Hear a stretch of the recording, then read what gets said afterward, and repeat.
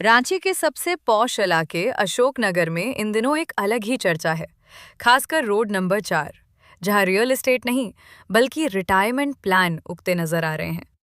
सवाल सिर्फ ये नहीं कि निर्माण पर कितना खर्च हो रहा है, बल्कि बड़ा सवाल ये है कि इतना पैसा आ कहां से रहा है।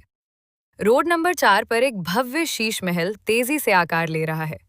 जमीन के ऊपर आलीशान ढांचा और जमीन के नीचे अंडरग्राउंड पार्किंग, मानो सपनों को भी जमीन के भीतर सुरक्षित कर दिया गया हो।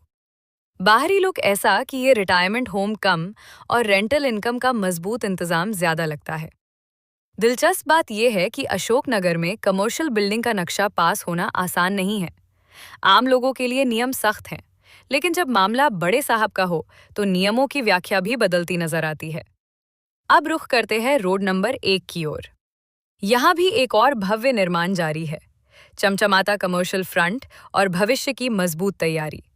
चर्चा ये भी है कि संबंधित अधिकारी अपने पूरे करियर में सीमित समय के लिए ही जिला पदाधिकारी रह पाए, वो भी एक छोटे जिले में।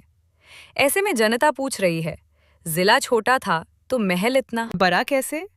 रोड नंबर 6 के पहले मोड़ पर भी एक और शानदार निर्माण कार्य प्रगति पर है। शुरुआत इतनी भव्य कि अंत का अंदाजा लगाना मुश्किल नहीं।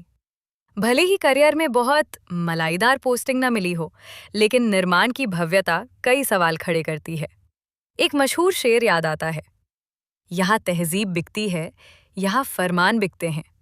जरा तुम दाम तो बोलो, यहाँ ईमान बिकते हैं। अब सवाल ये है कि ये इमारतें सिर्फ निजी आवास है या रिटायरमेंट के बाद नियमित आय का जरिया। और यदि अशोकनगर में कमर्शियल नक्शा पास नहीं होता, तो ये कमर्शियल स्वरूप वाली इमारतें कैसे खड़ी हो रही हैं? क्या कानून आम आदमी के लिए अलग और प्रभावशाली लोगों के लिए अलग है? आज जब देश में एजेंसियों की सक्रियता और पारदर्शिता की बातें हो रही हैं, तब ऐसे निर्माण कार्यों पर सवाल उठना लाजमी है। नाम इसलिए नहीं लिए जा रहे क्योंकि मामला बेहद प्रभावशाली लोगों से जुड़ा है, लेकिन सवाल उठेंगे और उठते रहेंगे।